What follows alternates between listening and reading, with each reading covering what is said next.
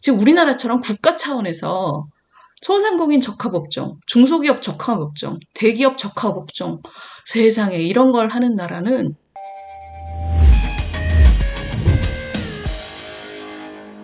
이렇게 어려울 때일수록 위기를 견뎌나가는 노력 하나, 그러니까 비상시국적인 노력 하나, 그 다음에 두 번째는 우리의 역량을 높이는 체질을 개선하는 그런 노력 두 번째, 이 두 가지를 같이 해야 되는 거죠.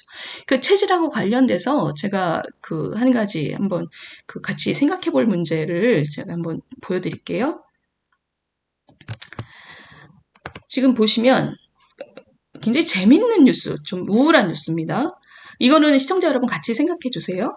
계란 도매업. 이게 제가 이걸 왜 갖고 왔냐면 동반성장위원회라는 게 있잖아요. 동반성장위원회는 적합업종이라는 거를 지정하는데 대기업 적합업종, 중소기업 적합업종, 그 소상공인 생계형 업종.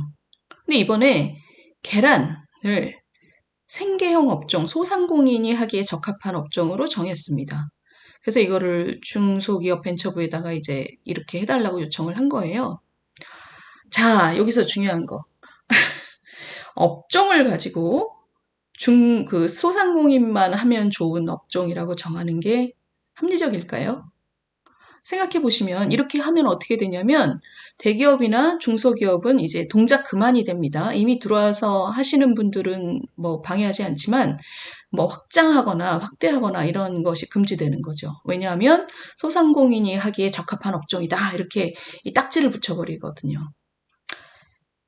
근데 생각해보시면 이상하다고 느끼실 거예요. 지난번에 우리 왜 살모넬라균 어쩌고 이럴 때 계란 먹고 탈난 분들 많아지면서 국민들이 그 계란의 생산 일자를 다 확인하고 사러 가셨잖아요. 이 얘기는 뭐냐면 계란 생산과 유통 자체가 국민들의 눈높이가 점점 높아지고 있다는 겁니다. 그리고 좀 더 선진적이고 효율적이고 뭔가 위생적인 이런 생산 과정을 국민들이 원하는 거죠. 그러자면 투자가 필요하죠. 그러니까 국민들 입장에서, 다시 말하면 소비자 입장에서는 그런 흐름이 지금 형성되고 있다는 거죠. 근데 이것을 소상공인이 하기에 적합한 업종, 중소기업도 대기업도 적합하지 않아. 이렇게 딱지를 붙인 거예요. 이거는 좀 일반적으로 보자면 이런 겁니다. 소상공인들이 어려운 거 우리 모두 다 알지만 국민들의 소비자의 입장이라는 것도 있고 두 가지를 같이 균형을 잡아서 봐야 되는 것이고 그 다음에 작은 사람만 할 수 있어 그러면 큰 사람이 못 들어오게 하는 것도 소비자 입장에서는 불편이지만 작은 사람도 더 커질 유인을 없애는 거죠. 투자를 해서 자 나는 좀 더 소비자에게 어필하는 그런 생산자가 될 거야 이런 의욕을 갖기가 쉽지 않습니다. 그러니까 이런 적합형 업종이라는 거는 적합업종이라는 것은 지금 그 자리에서 영업하는 분들의 어려움만 생각하는 거죠. 유지할 수 있도록. 어느 게 미래지향적일까요? 움직일 수 있도록 해주는 거랑 그 자리에 유지하는 것만 돕는 거랑 굉장히 어려운 문제입니다. 그렇죠? 왜냐하면 소상공인의 어려움을 우리가 잘 알기 때문에.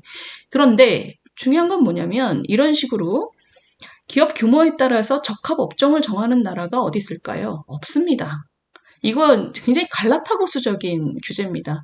왜냐하면 예를 들면 일본 같은 나라는 일본이나 뭐 유럽의 몇 나라도 그래요.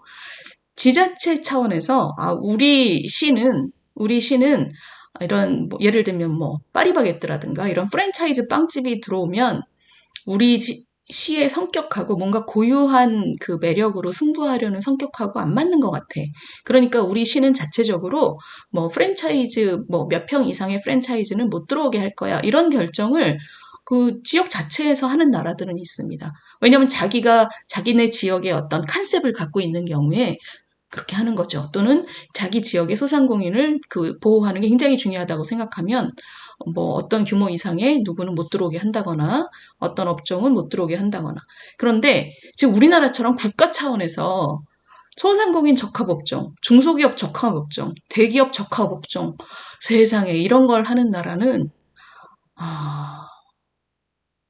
좀 뭐랄까요? 굉장히 경제의 체질을 선진화시키고 좀 더 열심히 뛰게 하는 것이 아니라 자기 자리에 그대로 있어 줄래? 이런 느낌이죠. 플러스 소비자는 어디 간 건가 이런 거죠.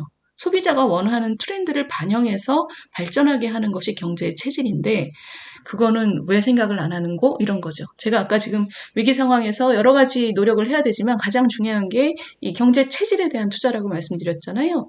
우리 체질을 좀 더 움직이기 좋고 다들 노력할 수 있고 그런 인센티브를 주는 거.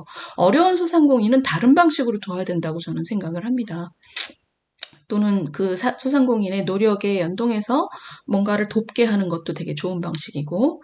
근데 지금 우리나라가 지금 이렇다는 거죠.